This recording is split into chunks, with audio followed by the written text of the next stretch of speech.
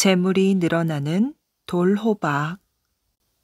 옛날에 경상도 어느 산골에 어머니와 아들 둘, 세 식구가 살고 있었답니다.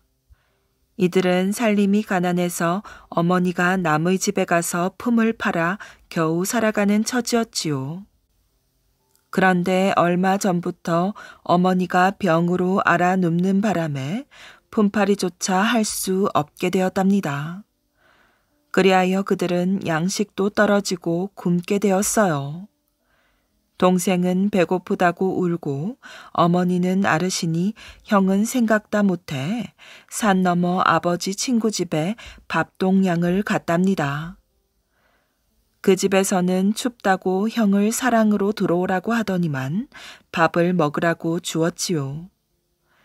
형은 집에 어머니와 동생이 있으니 가지고 가야겠다고 하니 아버지 친구 되시는 어른이 돌아갈 때 아내 이야기해서 밥을 주도록 할 터이니 어서 먹거라 라고 말하기에 배고픈 차에 맛있게 먹었답니다.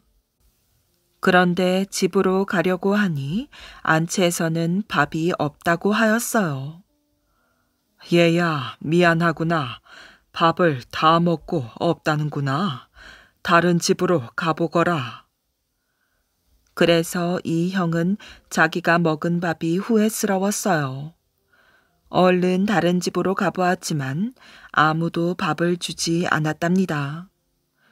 집에 있는 어머니와 동생이 걱정되어 힘없는 발걸음으로 집으로 돌아오는 길에 산마루에 올라섰지요. 그런데 참으로 이상하게도 조금 전에 갈 때 보이지 않던 꽤 큼직한 돌 호박이 있었답니다. 아마 밥 2그릇은 들어갈 정도가 되었어요. 그래서 이 형은 그 돌 호박에다가 자기가 먹은 밥을 토하려고 입에 손가락을 넣었지요. 밥 한 알이 올라와서 호박에 떨어졌답니다. 그런데 이게 웬일인가요? 신기하게도 밥알이 호박에 가득 차는 것이었어요. 이 형은 너무나 신기하고 기뻐서 천지신명께 감사를 하고 그 돌호박을 집으로 가지고 왔지요. 돌호박 안의 밥은 모두가 먹고도 남았답니다. 이번에는 쌀을 한 톨 구에다가 넣어 보았더니 또 가득 차지를 않겠어요. 그래서 쌀을 퍼내어 장에 가지고 가 팔아서 어머니 약을 지어와 다려드렸지요. 어머니의 병환도 나았답니다. 그리고는 쌀을 부지런히 퍼내어 팔았지요.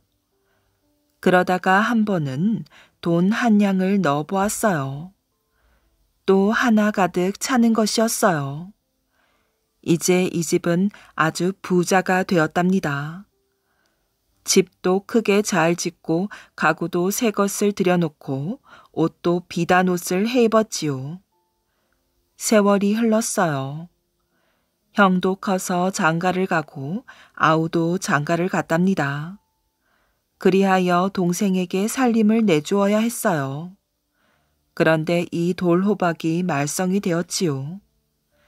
형은 자기가 주운 것이니 자기가 갖겠다고 하고 아우는 형이 있는 살림을 그냥 갖고 새 살림을 나는 자기가 돌호박을 가져야 한다고 주장하였어요. 그리하여 서로 다투다가 한 가지 의견을 내놓았답니다.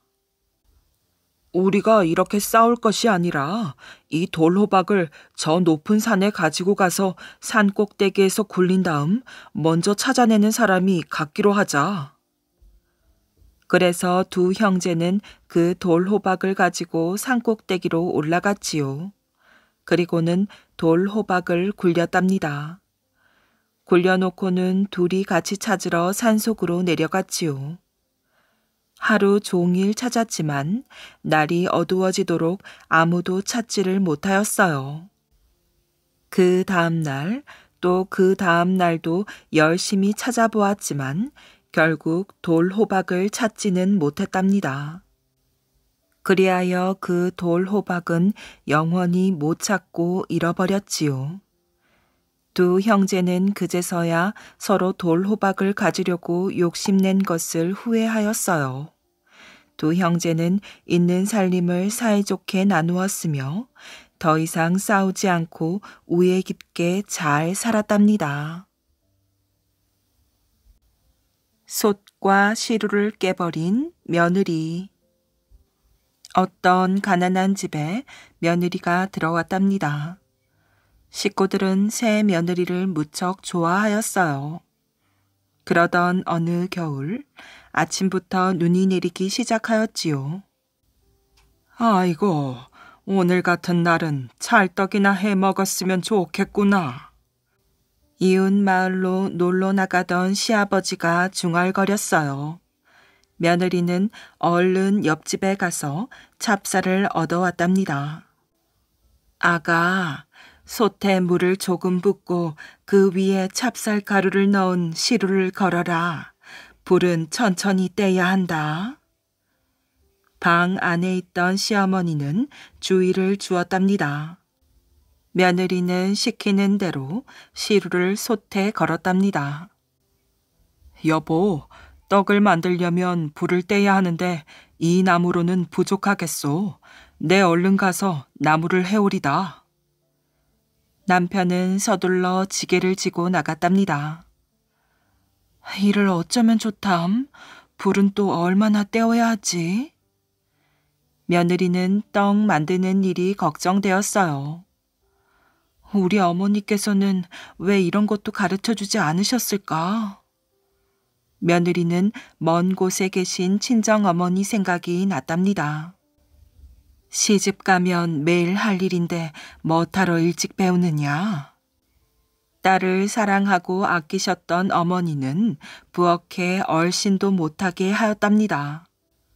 어머니가 말렸어도 부엌 일을 배웠어야 하는 건데. 며느리는 뒤늦게 어머니가 원망스럽기까지 하였지요. 해라, 모르겠다. 불을 많이 떼면 푹 있겠지 뭐. 며느리는 나무를 모두 가져다 놓고 불을 떼었어요. 어느새 가마솥에서 김이 모락모락 났답니다. 조금만 더 떼면 되겠구나. 며느리는 얼떨결에 가져다 놓은 나무를 모두 다 떼버렸어요. 그러자 솥에 물이 다 달았답니다. 이내 벌겋게 된 솥은 쨍 하는 소리와 함께 깨지고 말았어요.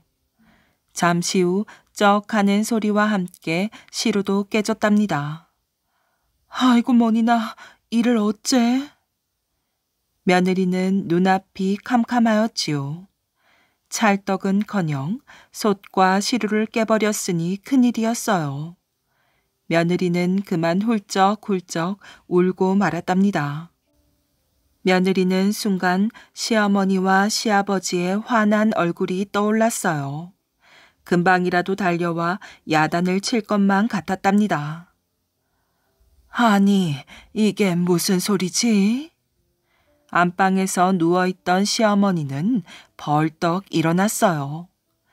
부엌으로 달려온 시어머니는 깜짝 놀랐답니다. 얘야, 왜 그렇게 울고 있는 것이냐? 어머님, 제가 그만 솥과 시루를 깼습니다. 며느리는 눈물을 훔치며 겨우 입을 열었어요. 시어머니는 깨진 솥과 시루를 보았지요. 아니, 아가, 어디 다친 데는 없느냐? 며느리는 고개를 푹 숙였어요. 아가, 너무 걱정 말거라. 솥과 시루는 다시 사면 되지 않겠느냐? 어머니, 내가 방에서 누워있지 않고 진작 나와봤으면 이런 일도 없었을 텐데 다 내 잘못이다. 시어머니는 며느리의 어깨를 다독거렸어요. 혼날 줄로만 알았던 며느리는 시어머니의 말이 정말 고마웠지요. 이때 산에 나무를 하러 갔던 남편이 돌아왔답니다. 어머니, 저 사람이 왜 저렇게 울고 있어요? 남편은 지게를 내려놓았지요. 떡을 찌다가 솥과 시루를 깼지 뭐냐. 시어머니는 안쓰러운 표정으로 며느리를 바라보았어요. 저런, 내가 나무를 빨리 해왔더라면, 아니, 내가 불을 떼주었더라면 이런 일이 없었을 텐데 다 내 잘못이오. 남편은 아내를 보며 미안해하였어요. 그때 시아버지가 집으로 들어왔지요. 아니, 무슨 일로 부엌에 다 모여 있는 게냐? 시아버지는 의아한 표정을 지었답니다. 아버지, 집사람이 떡을 만들다 솥과 시루를 깼습니다. 아들은 어찌할 바를 몰라 머리를 긁적였어요. 허허, 내가 괜히 찰떡이 먹고 싶다 해서 며느리가 고생을 하였구나. 다 내 잘못이다. 시아버지는 얼굴을 붉히며 미안해했답니다. 야단을 맞을 줄 알았던 며느리는 몸둘 바를 몰랐어요. 며느리는 시아버지와 시어머니의 마음에 가슴이 뭉클하였어요. 아버님, 어머님, 모두 제 잘못입니다. 나무라지 않으시고 그렇게 말씀해 주시니 어찌할 바를 모르겠습니다. 그게 무슨 말이냐? 네가 무슨 잘못을 했다고 그러느냐? 옆에 서 있던 시어머니는 며느리를 위로하였어요. 아닙니다. 앞으로 더욱 열심히 아버님, 어머님을 모시겠습니다. 아니다. 다 어른들이 어른 노릇을 못한 탓이지. 어서 방에 가서 쉬도록 해라. 시아버지도 환하게 웃으며 방으로 들어갔어요. 그날 이후 며느리는 시어머니와 시아버지를 정성껏 모시며 행복하게 살았답니다. 뒤주 안에 들어있는 것. 옛날에 밥만 먹고 놀기만 하는 바보가 있었답니다. 하루는 어머니가 그런 아들을 보다 못해 불렀지요. 남들은 모두 밭에 나가 씨를 뿌리며 일을 하는데 왜 너는 놀기만 하느냐? 아들은 어머니를 빤히 쳐다볼 뿐 대꾸도 하지 않았어요. 자, 이걸 받아라. 어머니는 야단을 치며 조 한 대를 얻어다 주었답니다. 바보는 밖으로 나가 구덩이를 깊숙이 팠어요. 거름을 한 바가지 퍼다 붓고 조 한 대를 모두 구덩이에 부어버렸지요. 며칠 후 구덩이에서 싹이 돋아났어요. 어머니가 구덩이 속을 들여다보니 콩나물 시루같이 싹이 소복이 돋아 있었지요. 어머니는 모두 뽑아버리고 하나만 남겨두었어요. 어느덧 가을이 되었답니다. 이상하게도 남겨두었던 조의 줄기는 기둥만큼 자라고 이삭은 팔뚝만하였어요. 어머니는 조를 베어서 들고 오는 아들을 보았답니다. 차라리 나가서 빌어먹어라. 어머니는 가슴이 미어졌어요. 어머니, 이걸 나라님께 드리겠어요. 바보는 조를 들고 한양을 향해 떠났지요. 어느새 날이 저물었어요. 바보는 하룻밤 머물기 위해 어느 주막에 들렀답니다. 여보시오, 이걸 좀 맡아주시오. 바보는 조를 주인에게 맡겼어요. 다음 날 아침이었지요. 내가 맡긴 조를 주시오. 밤새 쥐가 모두 먹어버렸소. 주인은 바보의 조를 내놓지 않았지요. 예? 그럼 쥐라도 내놓으시오. 바보는 주인을 졸랐어요. 주인은 쥐 한 마리를 잡아주었지요. 바보는 쥐를 가지고 또 길을 떠났답니다. 또다시 날이 저물어서 주막에 들렀어요. 자, 이 쥐를 좀 맡아주시오. 이번에는 쥐를 주인에게 맡겼어요. 아침에 일어나 바보는 쥐를 달라고 하였지요. 주인은 고양이가 잡아먹었다고 하였어요. 그렇다면 고양이라도 잡아주시오. 주인은 고양이를 잡아주었어요. 또 날이 저물어 어느 주막에서 자게 되었지요. 아침에 일어나 맡겼던 고양이를 달라고 하였어요. 그것이 개가 고양이를 물어 죽였소. 그렇다면 개라도 주시오. 바보는 주인에게 개를 빼앗아 가지고 길을 떠났답니다. 또 가다가 날이 저물어 개를 주막집 주인에게 맡겼지요. 다음날 아침 맡긴 개를 달라고 하였어요.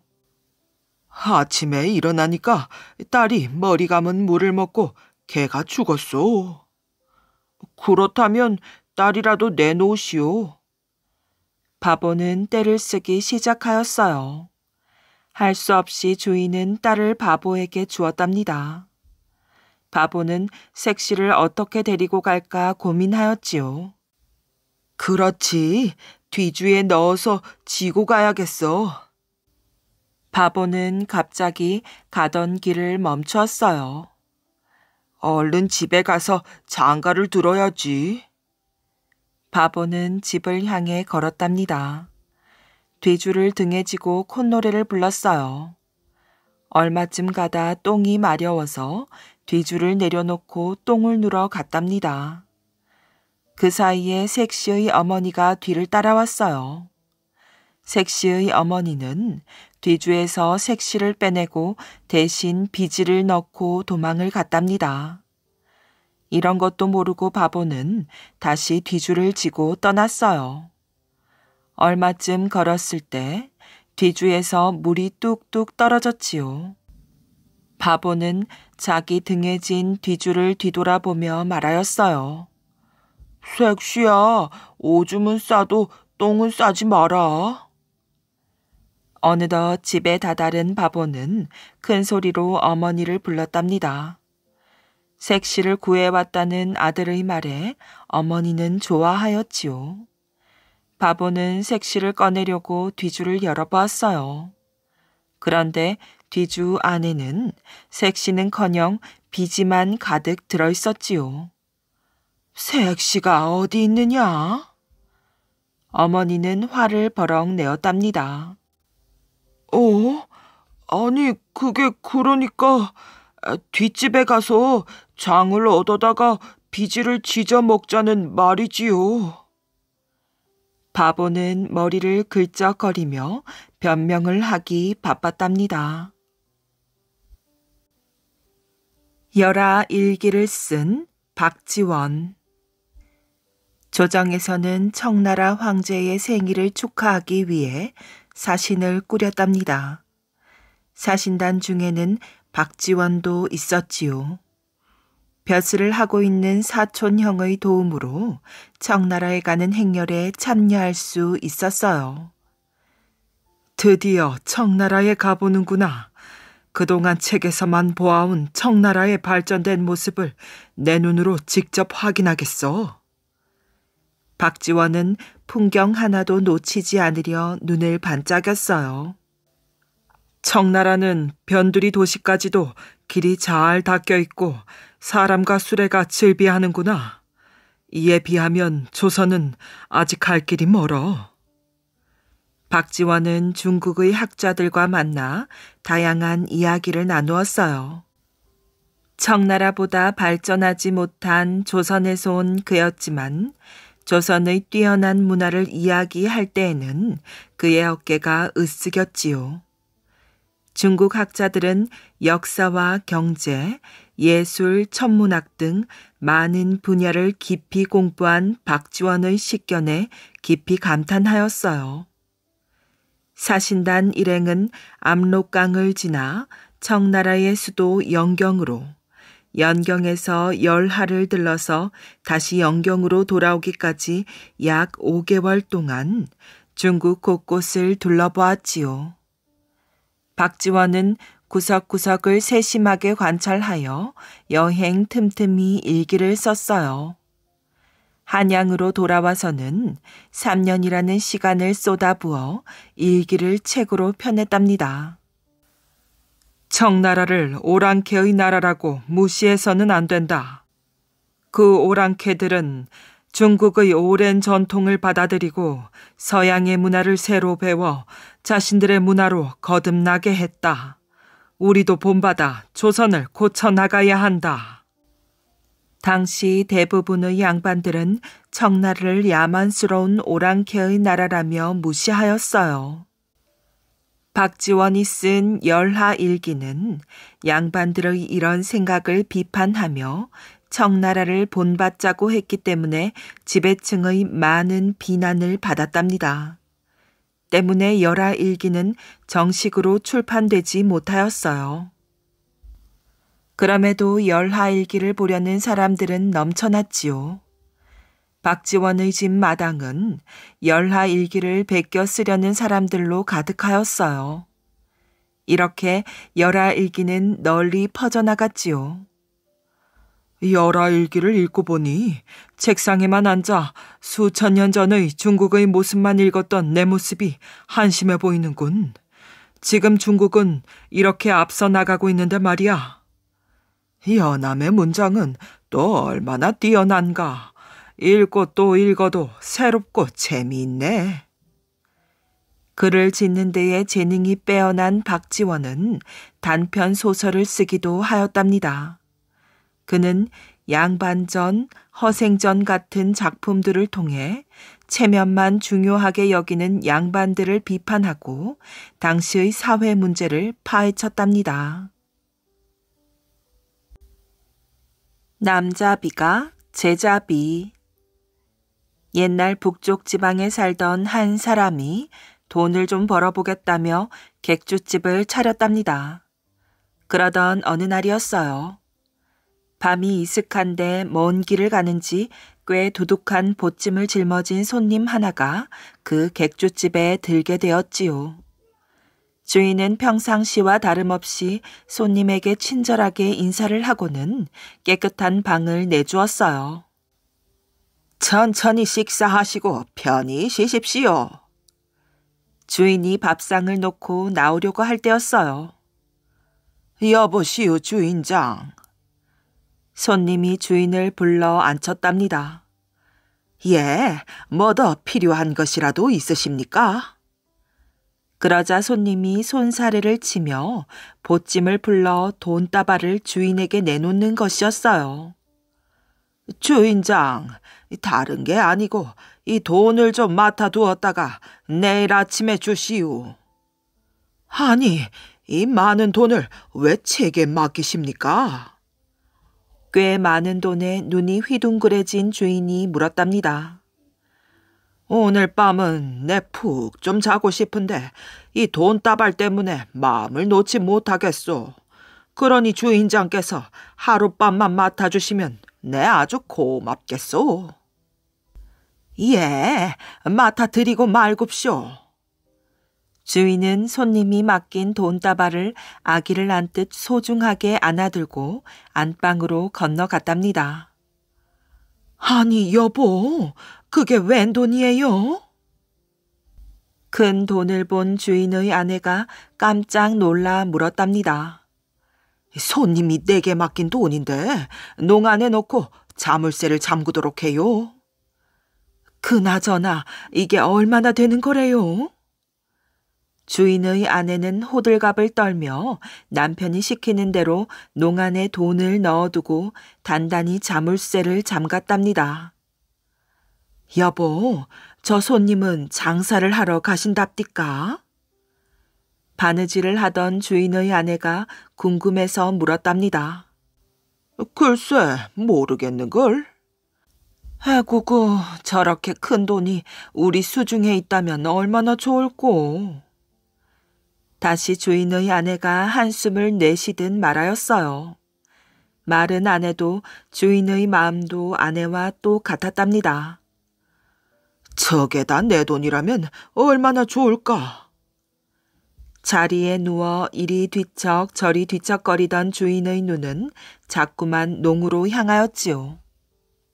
마침내 주인의 머릿속에는 조용히 잠들어 있던 욕심이 사납게 일어나 꿈틀대기 시작하였어요. 가만히 있어보자. 어떻게 하면 저 돈을 내 것으로 만들 수 있을까?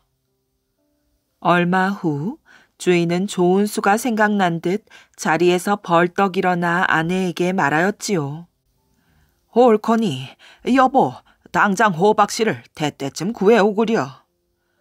갑자기 웬 호박씨 타령이에요? 아, 글쎄, 내가 다 쓸 데가 있어 그러니 힘들더라도 어떻게든 좀 구해와요. 대체 어디에다 쓰려고 그렇게 많이 구해오라는 거예요? 아내는 도대체 이유를 알 수 없었답니다. 돈이 생기는 일이요. 큰 부자가 될 수 있단 말이지. 주인은 아내 곁으로 바짝 다가앉으며 귓속말로 이렇게 소곤거렸어요. 그것이 호박씨를 먹으면 모든 것을 잊어버린다는 말을 들은 적이 있거든. 돈다발을 맡긴 손님에게 호박씨를 까서 대접하면 그걸 먹고 분명 돈다발을 잊어버리고 말 것이오. 그렇게 되면 저 돈은 우리 것이 되는 것이지. 주인은 당장이라도 부자가 될 것처럼 신이 나서 아내에게 말하였어요. 정말 호박씨를 먹으면 모든 것을 잊어버릴까요? 아내는 설마 하면서도 남편의 재촉에 못 이겨 할 수 없이 근처 동네를 돌아다니며 호박씨를 구해왔답니다. 객주집 주인은 가족들을 모두 불러놓고 호박씨를 까라고 독촉하였어요. 그러고는 까놓은 호박씨를 가지고 손님 방으로 건너갔지요. 손님, 심심하실 텐데 이것 좀 드셔보십시오. 아니, 이게 웬거요? 그렇잖아도 입이 심심했던 손님은 주인이 권하는 대로 호박씨를 먹었답니다. 거참 먹을수록 고소하구려. 호박씨를 많이 먹으면 무병장수를 한답디다. 더 있으니 양껏 드십시오. 가족들이 손톱에 피가 나도록 깐 호박씨를 손님에게 전부 대접한 주인의 입가에는 미소가 가시질 않았답니다. 밤새 주인은 으리으리한 기와집을 사기도 했다가 창고에 가득 쌀가마니를 들여놓기도 했다가 이런저런 생각을 하느라고 꼬박 뜬 눈으로 보내고 말았지요. 다음 날 아침 돈다발을 맡긴 손님은 일찌감치 일어나 세수를 하고 아침을 먹더니 곧 떠날 차비를 하였어요. 주인장, 덕분에 하룻밤 잘 묵어갑니다. 아이고, 예. 손님의 행동을 주의 깊게 살피던 주인은 곧 있으면 자기 것이 될 돈다발을 떠올리며 허리를 굽히며 대답하였지요. 그럼 주인장, 어제 내가 맡긴 돈을 주십시오. 손님은 돈을 달라며 손을 내밀었어요. 예? 그 말을 들은 주인은 전신에 맥이 빠져 그만 그 자리에 주저앉아 버릴 뻔하였답니다. 옆에서 조마조마하게 지켜보던 아내도 맥이 쑥 빠져버리기는 마찬가지였지요. 손님이 돈다발을 찾아가지고 대문을 나서자 아내가 남편에게 화풀이를 해대었어요. 밤새 호박씨를 깠구만 있긴 뭘 잊어요. 주인은 멍청하게 손님이 간 길 쪽을 바라보다 무릎을 탁 치며 말하였어요. 있긴 잊었군 그래. 그게 뭔데요? 우리 밥값을 잊고 갔단 말이오. 그러니까 남자비가 제자비로 됐구먼요. 기가 막히다는 듯 아내가 말하였어요. 남자비가 제자비는 남을 해하려다 오히려 자기가 해를 입는다는 속담이지요. 주인은 껄껄 웃으며 남의 돈을 공짜로 얻으려고 했던 일을 반성하게 되었답니다. 방랑 시인 김삿갓. 평안도의 높은 관리였던 김익순도 홍경래의 공격을 받았답니다. 김익수는 죽는 것이 두려워 홍경래에게 항복하고 말았지요. 홍경래의 난이 진압되자 김익수는 다시 두려웠어요. 조정에서 자기가 항복한 사실을 알면 역적이라 하여 살려두지 않을 테니까요. 국리 끝에 김익수는 아랫사람에게 이렇게 시켰답니다. 홍경래의 군사 중 우두머리인 김창씨가 아직 살아있는가? 그 자의 목을 베어오면 내가 천냥을 주겠네. 얼마 뒤 김익수는 자기가 김창씨를 없앴다며 거짓으로 조종에 알렸지요. 이렇게 목숨을 구하고는 아랫사람과 한 약속은 모른 채 시치미를 뚝 떼었답니다. 그러자 화가 난 아랫사람은 김익순이 꾸민 일을 조정에 낱낱이 일러바쳤지요. 결국 두 사람은 벌을 받아 목숨을 잃었어요. 세월이 흘러 이 마을에서 나고 자란 김병연이 한 백일장에서 쓴 글이 상을 받았답니다. 김병연의 어머니가 시험에 어떤 문제가 나왔는지 물었지요. 벼슬아치가 가져야 할 마음가짐에 대해 묻기에 오래전 홍경래가 난을 일으켰을 때 김익순이라는 자가 벌인 일을 비판했습니다. 어렸을 때부터 마을에서 들어 잘 알고 있었습니다. 그러자 어머니의 표정이 굳었어요. 어머니는 힘겹게 말하였지요. 아들아, 김익순이 바로 너의 할아버지시다. 김병연은 큰 충격을 받았답니다. 할아버지를 욕되게 하고 벼슬 자리를 얻다니요. 그는 관직을 내놓고 신분을 숨기기 위해 삿갓을 썼답니다. 세상을 떠돌며 훌륭한 글을 지어 남긴 그를 사람들은 김삿갓이라고 불렀답니다. 독수리가 잡아간 새 공주와 젊은이. 옛날 아주 먼 옛날 공주만 셋을 둔 어느 임금님이 살고 있었답니다.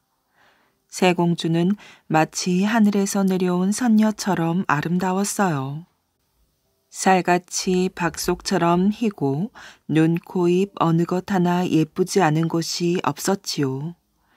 그런데다가 새 공주는 모두 마음씨가 곱고 서로 의가 좋을 뿐만 아니라 덕까지 갖추고 얌전하였어요. 그래서 이 새 공주를 보는 대궐의 여러 신하들이나 궁녀들은 마치 옛날의 어진 태임이나 태사를 보는 것 같다며 입에 침이 마르도록 칭찬했답니다.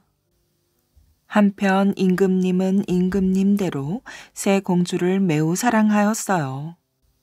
비록 왕위를 이을 왕자는 아니었지만 왕자 이상으로 금자둥이 은자둥이라 여기고 있었답니다. 그런데 임금님은 새 공주 가운데에서도 막내 공주를 더 귀여워하였지요. 그것은 막내 공주가 나이가 가장 어리기 때문만은 아니었어요.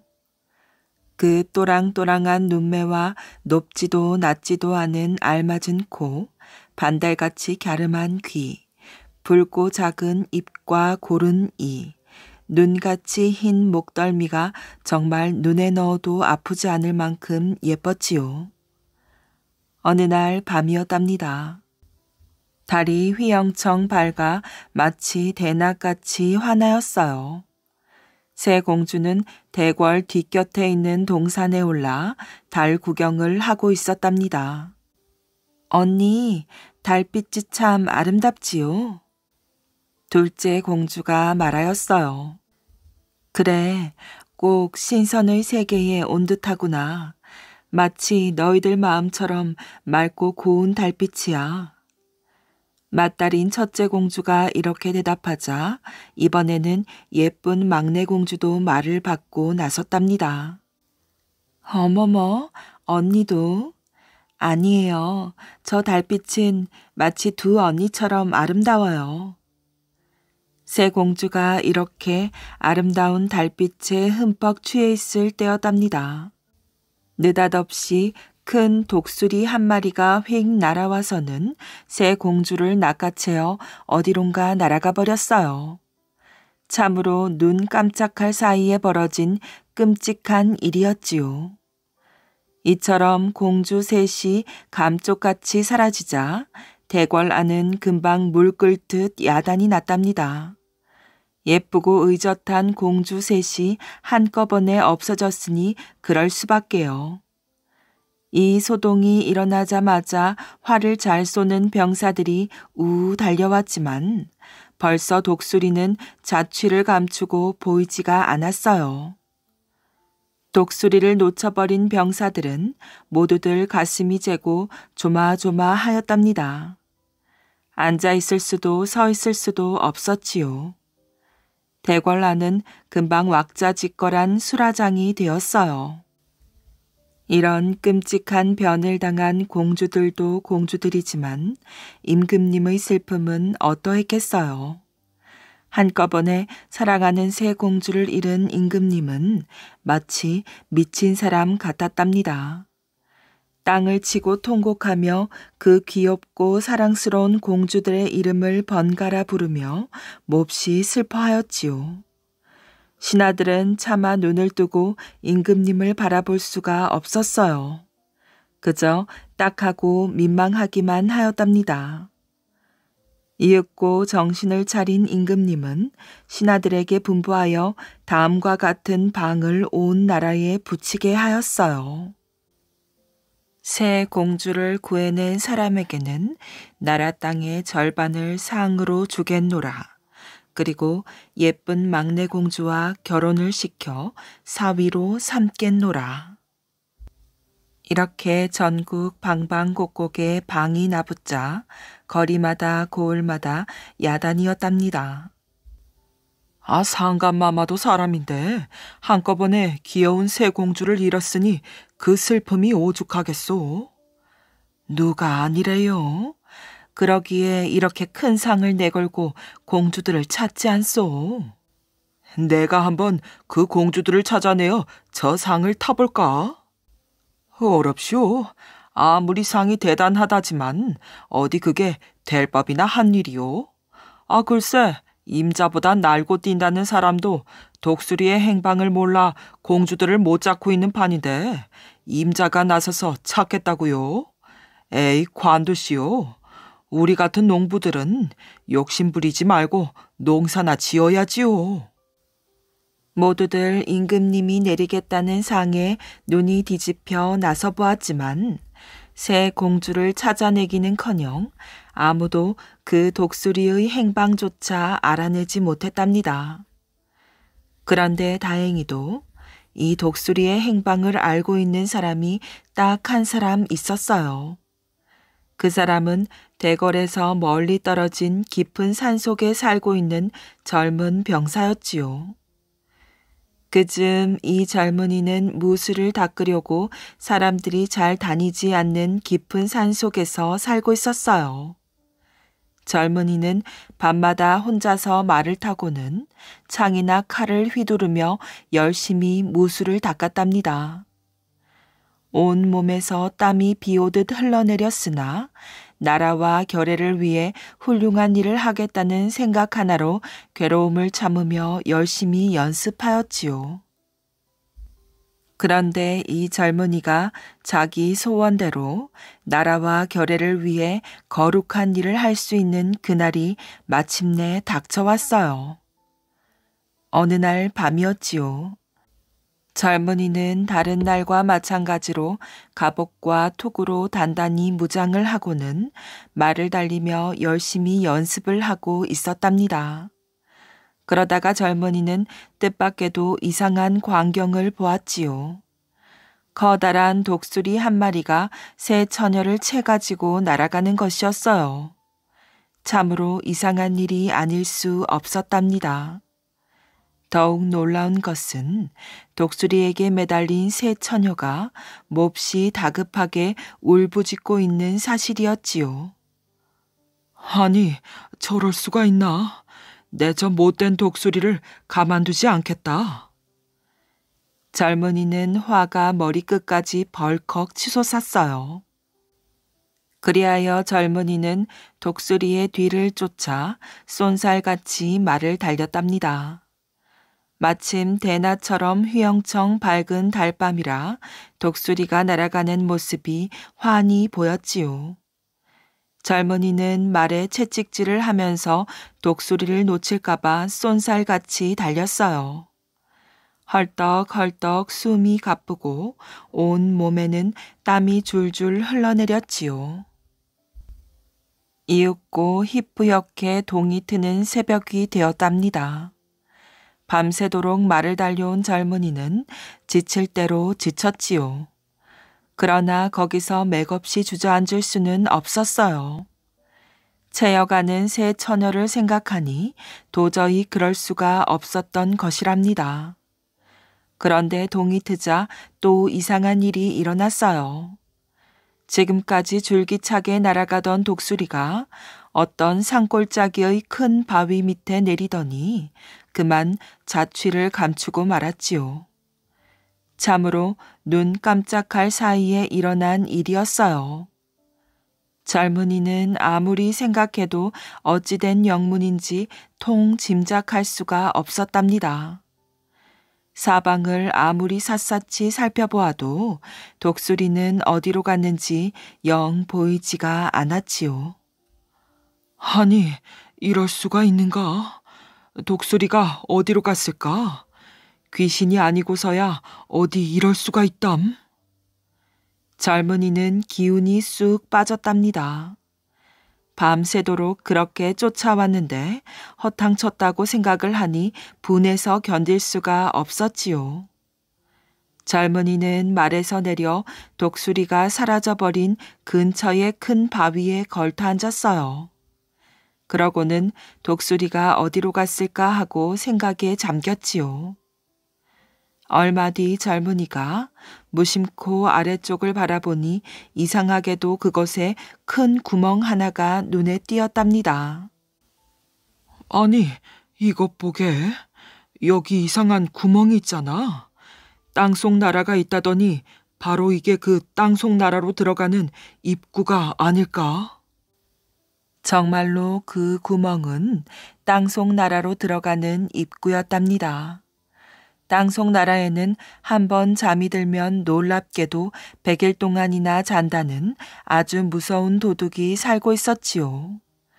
이 도둑은 많은 부하들과 사나운 독수리를 거느리고 있었는데 이들을 가끔 땅 위로 보내서 많은 재물을 빼앗고 사람들을 잡아오게 하였어요.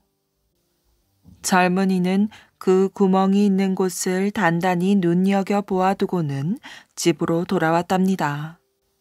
그런데 이튿날이 되자 독수리에게 채여간 처녀들이 바로 임금님의 새 공주라는 소문이 깊은 산골짜기에까지 전해져 왔어요. 어쩜 이럴 수가 있나. 간밤에 그 처녀들이 공주님들이라니. 임금님이 얼마나 슬퍼하며 걱정하고 계실까? 이렇게 생각한 젊은이는 그날로 임금님을 찾아뵙고 아뢰었어요. 전하, 새 공주님을 한꺼번에 잃으셔서 슬픔이 얼마나 크시옵니까? 황공하오나 제가 새 공주님을 찾아드리겠사오니 부디 그때까지만 기다려 주시옵소서. 꼭 찾아드리겠사옵니다. 아니, 뭐라고? 어떻게 내 공주들을 찾을 수 있다는 말이냐? 임금님은 그 젊은이를 보고 물었어요. 젊은이는 간밤에 있었던 일을 임금님에게 자세히 아뢰었지요. 그래? 너의 정성이 대단하구나. 내 사랑하는 공주들을 찾아만 준다면 약속대로 이 나라 땅의 절반을 주고 막내 사위로 삼겠노라. 젊은이 꼭 찾아주길 바란다. 이리하여 젊은이는 임금님에게서 100명의 부하를 얻어가지고 땅속 나라로 내려갈 차비를 하였답니다. 젊은이는 먼저 사무로 꼰 길고 튼튼한 줄을 준비하였어요. 그리고 한 사람이 탈 만한 광주리와 소리나는 방울도 각각 한 개씩 준비하였지요. 모든 준비를 끝낸 젊은이는 지체하지 않고 임금님의 부하들을 데리고 어젯밤에 보아둔 굴 입구 쪽으로 찾아갔답니다. 이리하여 땅속 나라의 굴 입구에 닿자 젊은이는 준비해온 광주리를 사무로 꼰 줄에 안전하게 매달았어요. 그리고 줄의 다른 한쪽에는 소리가 나는 방울을 매달았지요. 짤랑짤랑 방울 소리가 나면 굴 밖에서 줄을 끌어올리기로 약속하였어요. 이런 준비와 약속이 다 되자 젊은이는 큰 희망을 가지고 부하 가운데 한 사람을 광주리에 태워 굴 속으로 내려보냈답니다. 그런데 이게 어찌된 일이지요? 부하는 10리쯤 내려가더니 줄을 당겨 짤랑짤랑 방울 소리를 울렸어요. 그래서 할 수 없이 굴 밖에서 줄을 도로 끌어올렸지요. 아니, 어째 내려가지 않고 다시 올라왔느냐? 아이고, 무서워서 도저히 그 이상 내려갈 수가 없었습니다. 죄송합니다. 젊은이는 두 번째로 다른 부하를 내려보냈어요. 그러나 이 부하도 20리 가까이 내려가더니 역시 줄을 당겼지요. 그리고 계속해서 세 번째, 네 번째 부하를 내려보냈으나 결과는 마찬가지였답니다. 그래서 젊은이는 부하들 가운데에서 가장 용감하다는 부하를 불렀어요. 어떠냐? 너는 자신이 있느냐? 땅속 나라 밑바닥까지 내려갈 자신이 있느냐고 묻고 있지 않느냐? 예, 나으리, 걱정 마십시오. 저 병사들이 못한 일을 제가 해보이겠습니다. 저는 겁이 없습니다. 두고 보십시오. 그래? 그럼 어서 내려가거라. 이리하여 이번에도 용감하다는 부하가 스르르 스르르 줄을 타고 내려갔어요. 젊은이도 큰 기대를 걸고 내려가는 줄을 유심히 지켜보고 있었답니다. 그러나 이게 또 웬일이지요? 100리쯤 내려가더니 방울 소리가 짤랑짤랑 났답니다. 젊은이는 이 소리를 듣자 크게 실망하고 말았어요. 그렇게도 큰 소리치고 장담하던 부하가 이 꼴이니 아무도 믿을 사람이 없었답니다. 이제는 젊은이가 내려가는 수밖에 별 도리가 없었지요.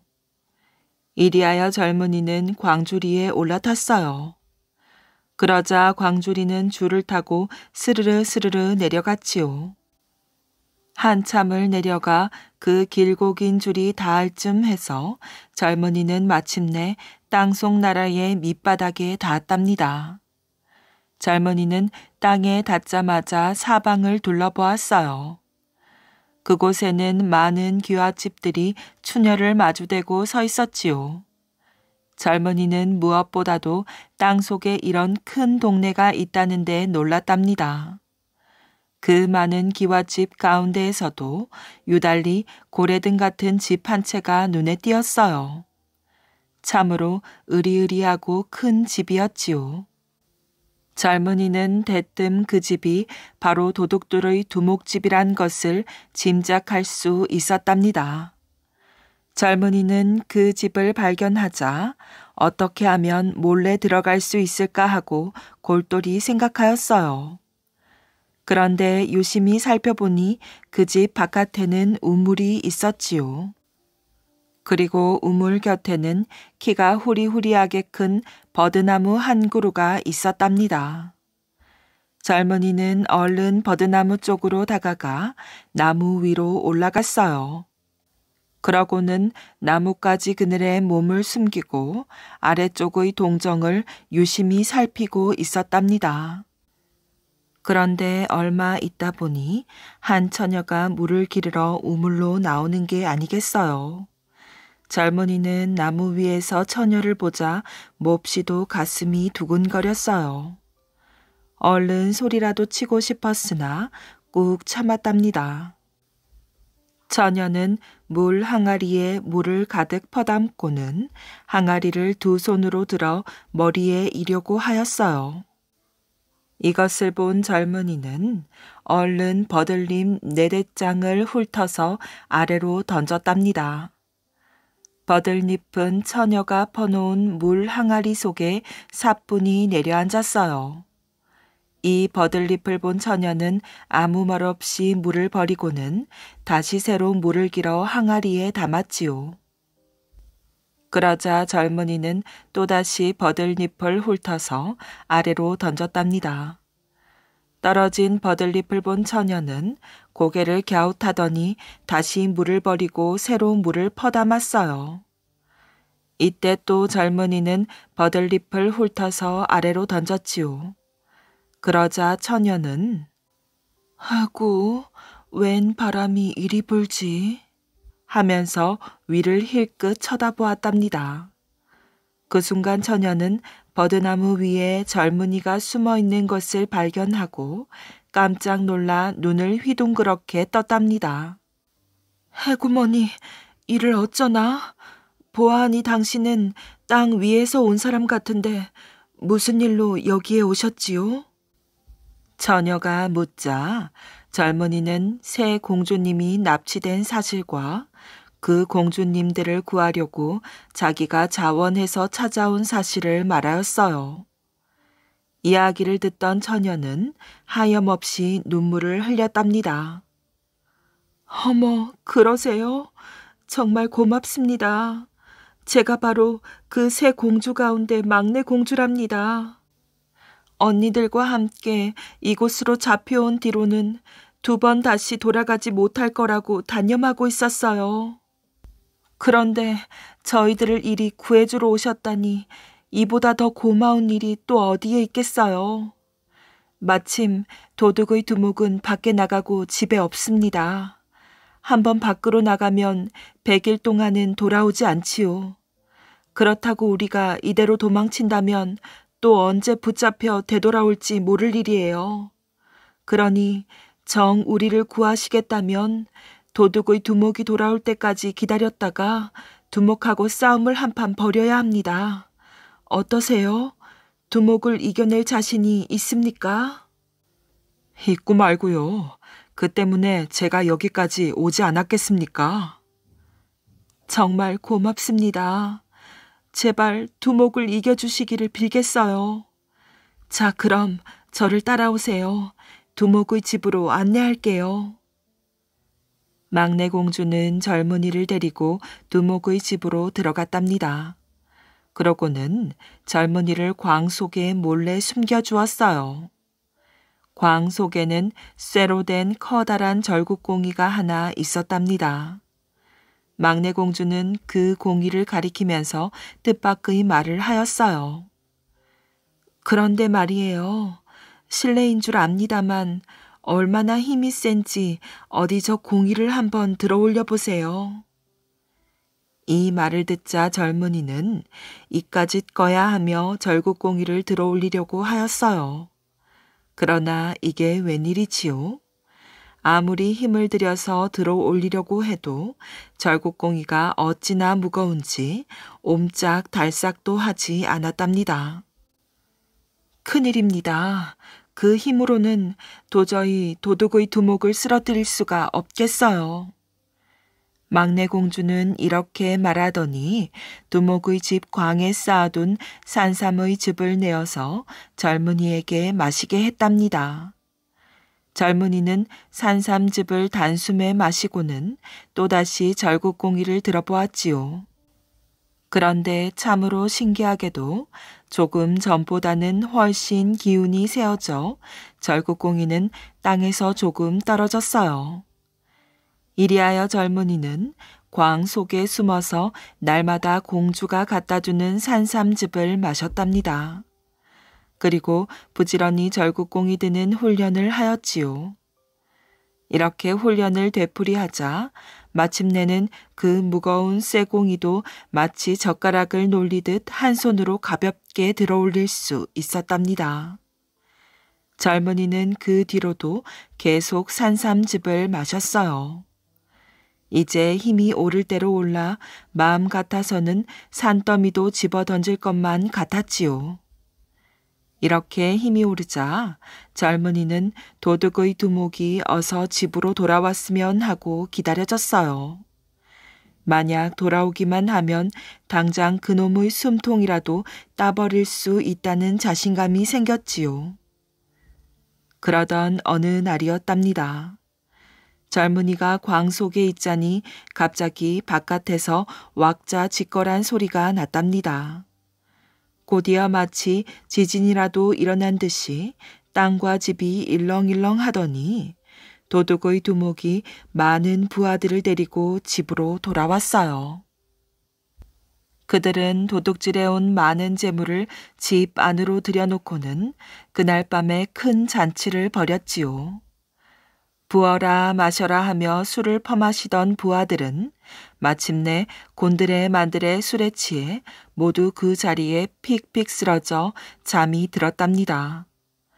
도둑의 두목도 마찬가지로 술에 취해 쓰러지자 금방 드르렁 드르렁 큰 소리로 코를 골고 있었어요. 이 광경을 본 젊은이는 바로 이때다 싶어 칼을 빼들고 가만가만 도둑의 두목 곁으로 다가갔어요. 그러나 그 순간 젊은이는 하마터면 아하고 고함을 지를 뻔하였답니다. 젊은이가 왜 그렇게도 깜짝 놀랐을까요? 그것은 젊은이가 두목을 바라보니 드렁드렁 코는 골고 있었지만 두 눈을 크게 뜨고 있었기 때문이었지요. 젊은이는 징그러운 두목의 모습을 보자 그만 소름이 오싹 끼쳐 한 발짝 뒤로 물러섰어요. 그러자 옆에서 지켜보고 있던 막내 공주가 작은 목소리로 젊은이에게 말하였어요. 조금도 걱정하지 마세요. 두목은 원래 눈을 뜬 채로 자니까요. 이 말을 듣고서 젊은이는 비로소 마음이 놓였답니다. 젊은이는 칼을 높이 들고 온 힘을 다해 두목의 목을 사정없이 내리쳤어요. 그러자 자고 있던 두목이 벌떡 일어나 칼을 뽑아들고 젊은이의 칼을 막으려고 하였지요. 그러나 젊은이의 칼에 베인 상처가 워낙 깊어서인지 몸을 잘 움직이지 못했답니다. 마침내 두목은 비실비실 하다가 퍽 쓰러지고 말았어요. 그러자 젊은이는 기회를 놓치지 않고 얼른 두목 위에 걸터 앉고는 그의 목을 쳐 날렸답니다. 참으로 그 솜씨가 놀랄 만큼 날래었지요. 그런데 그때 이상한 일이 일어났어요. 한번 떨어진 두목의 목이 이상하게도 제자리로 가서 도로 붙으려 하고 있었답니다. 알다가도 모를 일이었어요. 이때였어요. 이것을 본 막내 공주는 급히 치마폭에 숨기고 있던 재를 두목의 떨어진 목에 확 뿌렸답니다. 그러자 신기하게도 떨어진 목은 제자리에 다시 붙지 못하였어요. 일이 이렇게 되자 떨어진 목은 한번 큰 소리를 지르더니 천장을 뚫고 나가 어디론가 사라져 버렸답니다. 이것을 본 젊은이와 막내 공주는 마치 앓던 이가 빠진 듯이 가슴이 후련하였어요. 도둑 두목의 부하들은 자기네 두목이 진 것을 알자 겁이 나서 모두들 항복하고 말았답니다. 젊은이는 항복한 부하들에게 집안에 쌓인 많은 재물을 골고루 나누어 주었어요. 그러자 그들은 고맙고 기뻐서 어쩔 줄을 몰랐지요. 일을 마친 젊은이는 새 공주를 데리고 사무로 꼰 줄이 내려와 있는 처음 자리로 되돌아왔답니다. 그러고는 그 줄을 힘차게 잡아당겼어요. 한편 굴 밖에서 오래도록 기다리고 있던 임금님의 부하들은 마침내 짤랑짤랑 방울 소리가 들리자 힘차게 줄을 끌어올렸어요. 그러자 차례차례로 새 공주가 올라오고 네 번째로 젊은이도 광주리를 타고 무사히 올라왔답니다. 이리하여 그들은 모두 무사히 대궐로 달려갔지요. 죽은 줄만 알았던 새 공주가 살아오자 임금님의 기쁨은 이만저만이 아니었어요. 대궐에서는 공주들이 돌아온 것을 축하하는 잔치가 20하루 동안이나 계속되었답니다. 젊은이는 처음 약속대로 임금님으로부터 나라의 땅의 절반을 받았으며 막내 공주와 결혼하여 행복하게 잘 살았답니다.